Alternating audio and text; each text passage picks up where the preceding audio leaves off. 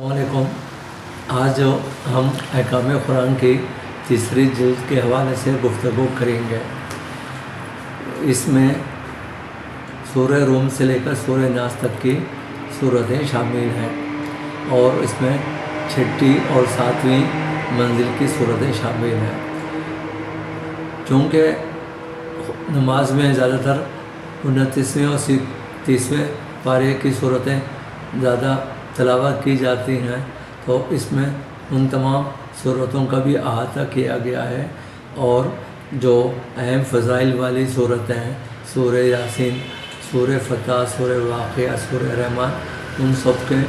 متعلق بھی معلومات ہیں۔ عام جو طریقہ کار ہے اس کے تحت سورت کا فضائل، سورت کی شان نزول اور اس کے اندر جو بھی اہم آیات ہیں اس میں جو دعوت دی گئی، جو پیغام دیا گیا اور جو احکام بتائے گئے اور جو مسائل بیان کیے گئے، ان سب کا اس میں احاطہ کیا گیا ہے۔ تو تقریباً 15 سال کے ایک طویل عرصے میں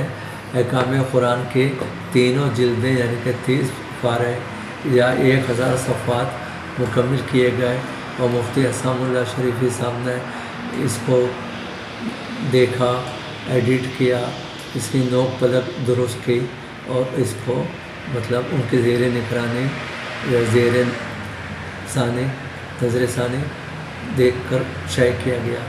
اور اس میں دوسرے جو سب سے اہم ساتھی تھے ہمارے ذکاء العزیز صاحب، جنہوں نے اس کی پوری اہتمام سے کیا۔ اور یہ 15 سال کا ایک طویل عرصہ ہے جس میں قیصر صاحب، محمد آصف، خالد مرزا اور حنیف جمال اور دیگر ساتھیوں نے مدد کی اور کتابہ، کمپوزنگ،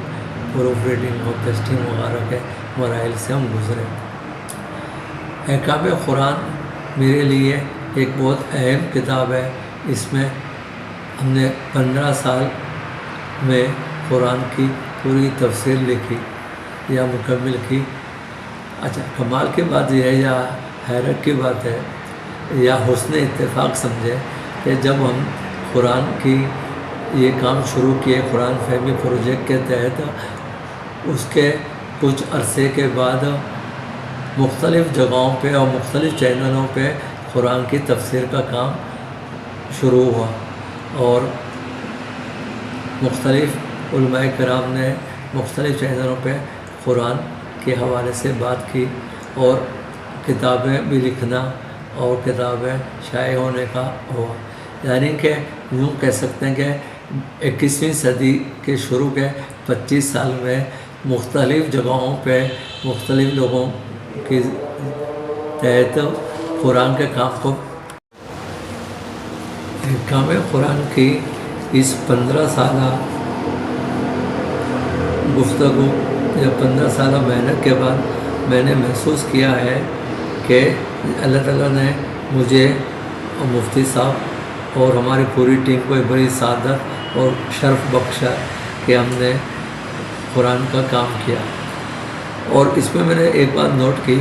کہ پورا قرآن کا خلاصہ جو ہے وہ اس انسانی اخلاق کے لیے ہے۔ حضور صلی اللہ علیہ وسلم کے لیے فرمایا گیا، ہم نے تمہیں اخلاقی تکمیل کے لیے مبعوث کیا گیا، یعنی کہ انسان کے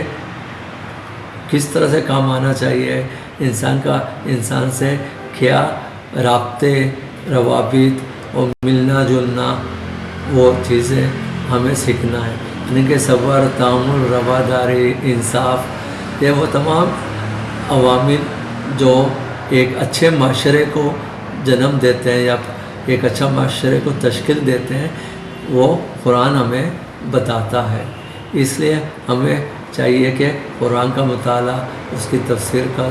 اس کے تراجم پڑھیں اور اس کے تحت اپنی اصلاح کریں اور اپنے اخلاق میں تبدیلی لائیں، اور ایک دوسرے کو درگزر کرنا، معاف کرنا، عاجزی، انکساری اور یہ چیزیں ہم اپنے میں پیدا کریں۔ دوسری بات یہ ہے کہ میر اکیڈمی اور علم دوست کے ذریعے ہم جو کام کر رہے ہیں وہ کام صرف یہی ہے کہ لوگوں تک علم پہنچایا جائے، قرآن پہنچایا جائے، اور اس کے لیے ہم طالب علموں میں، نوجوانوں میں اور فیکٹری کے ورکر لوگ جو کم علمی یا مالی کمزوری کے سبب جلد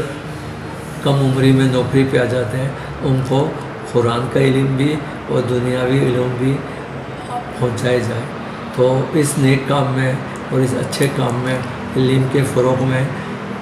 آپ لوگ ہمارا ساتھ دیں اور ہمارے کتب کو لے کر اپنے دوست احباب رشتہ داروں میں تقسیم کریں، کیونکہ حضور صلی اللہ علیہ وسلم کی حدیث مبارکہ ہے، تم میں سے بہترین